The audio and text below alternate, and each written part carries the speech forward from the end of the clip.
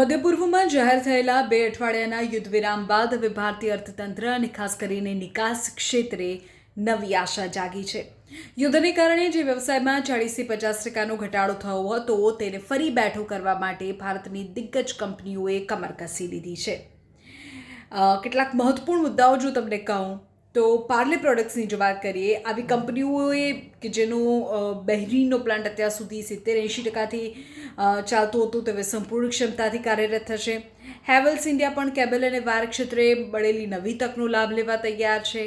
Supply chain મુખ્યત્વે તેનું જે રિસ્ટોરેશન અત્યારે થશે તેનાથી મોટો ફાયદો થશે. દેશની મોટી એગ્રી બિઝનેસ કંપની AWL હવે દુબઈના જેબેલ અલી બંદર પર ફરી શિપિંગ શરૂ કરશે. યુદ્ધ દરમિયાન જે માલ ઓમાન થઈને જતો હતો તે હવે સીધો પહોંચશે, જેનાથી દર મહિને 5000 ટન સુધી શિપમેન્ટ વધવાની ધારણા છે અને કોસ્ટમાં પણ ઘટાડો થશે.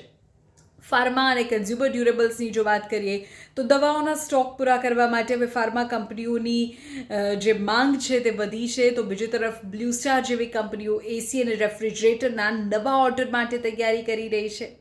Federation of Indian Export Organisation મુજબ સ્ટ્રેટ ઓફ હોર્મુઝ જળમાર્ગ ફરી ખુલવાની શક્યતાથી નૂર અને વીમા ખર્ચમાં ઘટાડો થશે, જે ખાસ કરીને આપણા નાના અને મધ્યમ વર્ગ જે ઉદ્યોગો છે તેમના માટે આશીર્વાદરૂપ સાબિત થશે.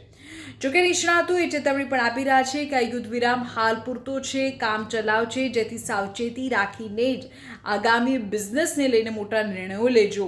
ભારતની મધ્ય પૂર્વ સાથેની ભૌગોલિક નિકટતા અને મજબૂત સંબંધોને કારણે આ પ્રદેશમાં થનારા પુનઃનિર્માણનો સૌથી મોટો ફાયદો ભારતીય કંપનીઓને મળી શકે છે.